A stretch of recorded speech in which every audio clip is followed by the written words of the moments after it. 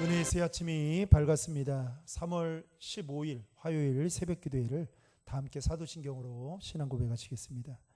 나는 전능하신 아버지 하나님 천지의 창조주를 믿습니다. 나는 그의 유일하신 아들 우리 주 예수 그리스도를 믿습니다.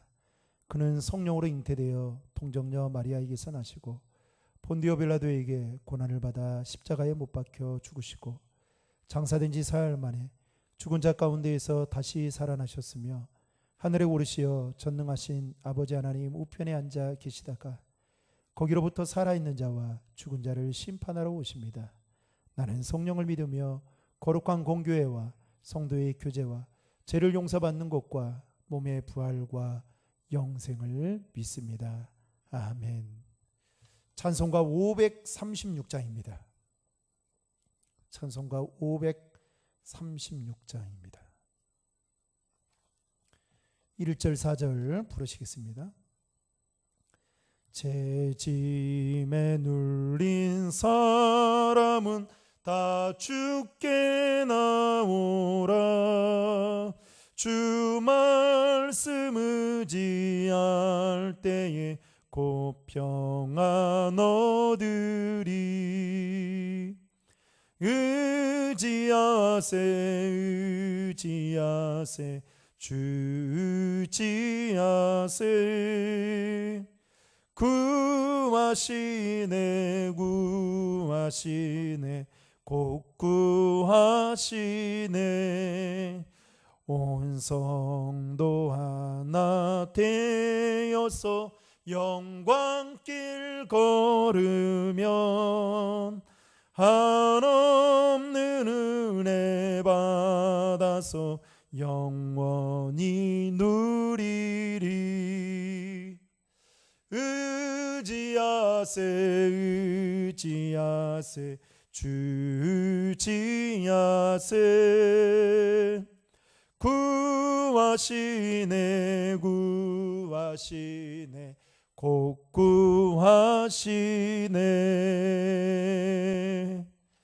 하나님 말씀은 이사야서 7장 1절로 9절의 말씀입니다.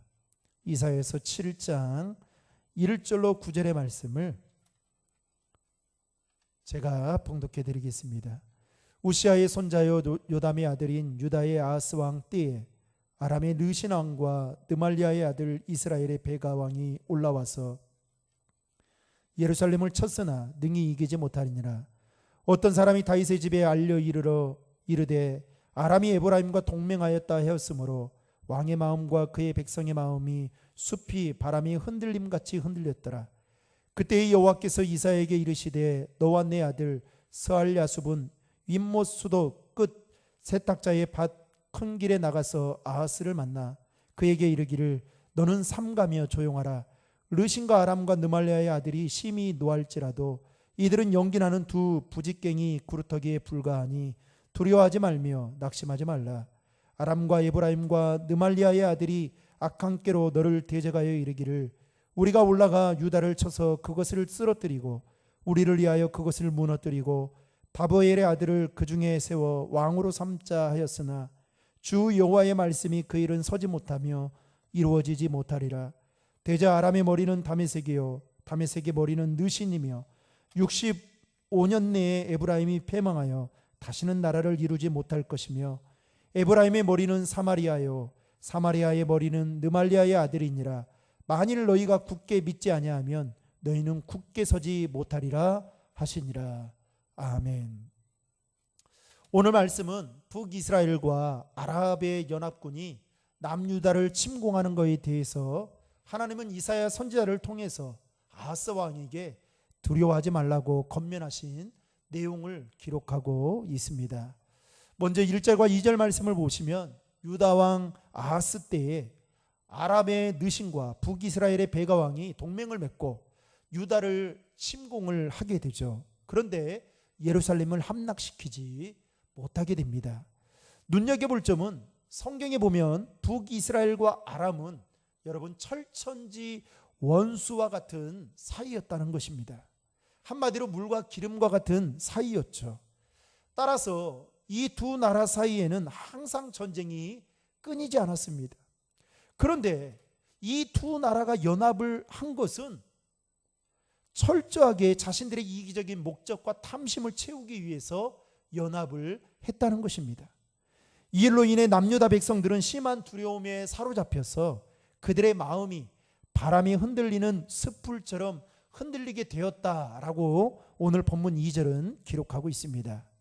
이런 상황 속에서 하나님은 이사야 선지자로 하여금 아하스 왕에게 와서 유다를 멸망시키려는 아람과 그리고 북이스라엘의 연합군의 야욕이 성공을 거둘 수 없음을 전하도록 지시하는 내용이 오늘 본문 3절부터 9절에 기록되어져 있습니다.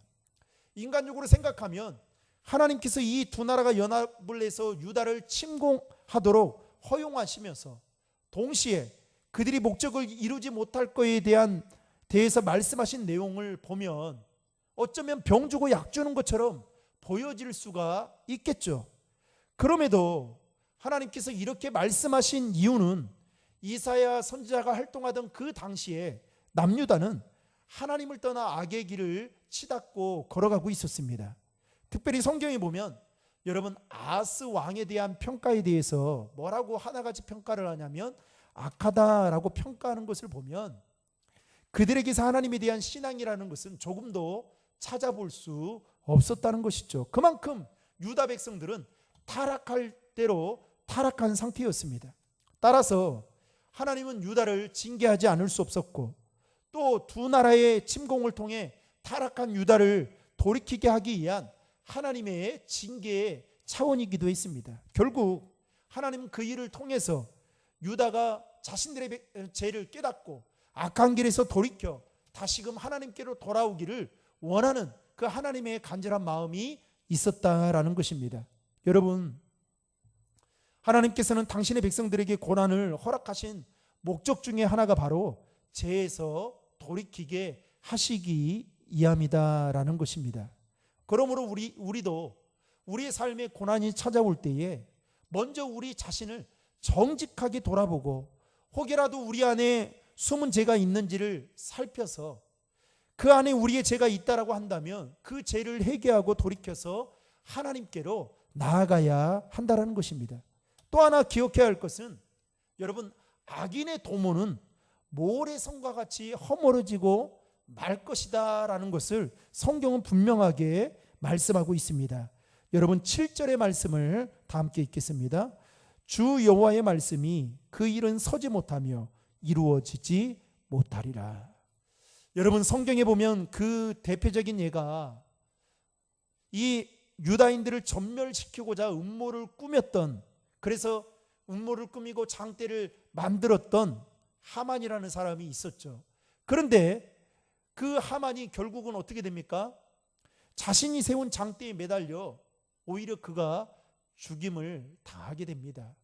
이것을 보면 악인의 도모는 여러분 모래성과 같이 허물어질 수 있다라는 것을 보여주기도 하죠.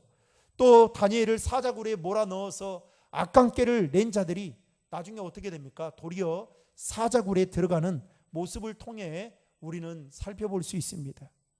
결국 악인들의 그 계획과 그리고 그들의 행위는 결국 허사로 끝날 수밖에 없다라는 것을 오늘 말씀을 통해서도 우리에게 분명히 말씀하고 있다라는 것입니다. 그러므로 사랑하는 성도 여러분, 우리가 해야 할 일은 하나님의 말씀을 의지하고 믿음으로 삶을 살아가는 것, 우리가 해야 되는 일임을 여러분 기억할 수 있기를 바랍니다. 그러므로 오늘 하루도 온전히 하나님만을 의지하고 신뢰하며 악한 길을 따라 살아가는 자가 아니라 복 있는 자와 같이 믿음의 길에 서서 믿음으로 살아가는 일에 힘쓰는 저와 여러분 될 수 있기를 주님의 이름으로 축복합니다. 기도하겠습니다. 하나님 아버지,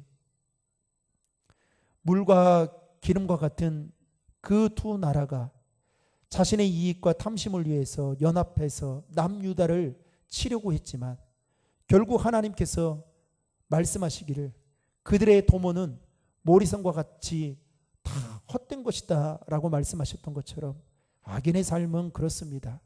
아니 하나님을 떠난 자의 삶의 모습이 바로 이와 같습니다. 하나님, 바라옵기는 우리가 하나님을 떠나지 않게 하시고 하나님 포도나무 대신 그 하나님 안에 거하게 도와주시고 거하며 살아가게 될 때에 하나님이 주시는 그 은혜와 복을 누리며 살아갈 수 있도록 도와주시고 바라옵기는 그 악한 길에 들어서지 않게 하시고 죄짓는 삶을 살지 않게 하시고 거룩하고 의로운 삶을 살아가는 저희들 되어지도록 인도하여 주시옵소서. 오늘 또 죄의 유혹에서 승리하게 하시고 하나님 죄로부터 넉넉히 승리할 수 있는 그 믿음이 우리 안에 있게 하여 주시옵소서. 감사드리며 예수님의 이름으로 기도하옵나이다. 아멘.